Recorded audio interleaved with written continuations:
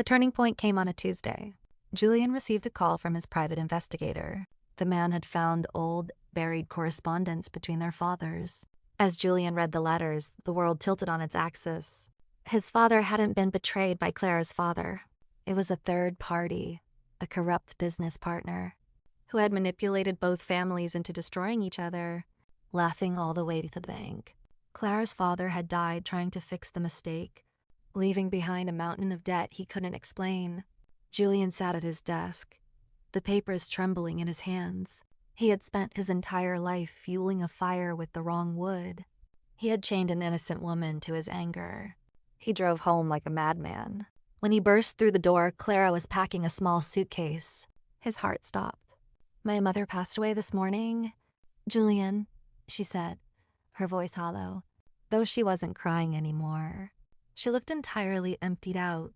The contract said I had to stay as long as she needed the treatment. She doesn't need it anymore. You can keep the house, the money, everything. I have nothing left for you to take. Julian felt a tear slip down his own cheek, a sensation he hadn't felt since he was a boy.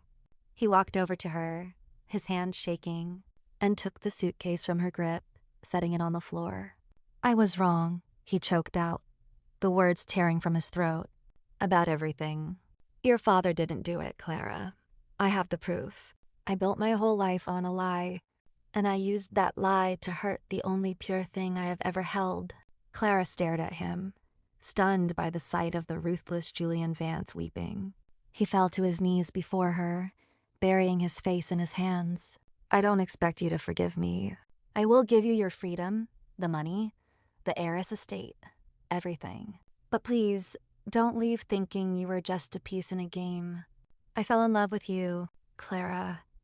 I fell in love with the woman who brought light into my darkness, even when I tried to smother yours."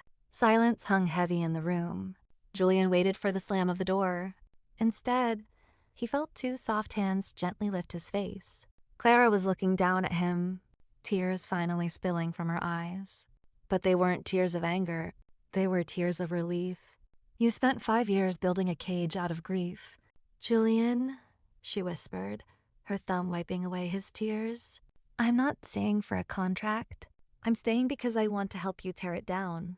He pulled her into his arms, holding her as if she were the air he needed to breathe. The ledger of revenge was burned to ash, and from its embers, a love born of truth and profound forgiveness finally began to grow.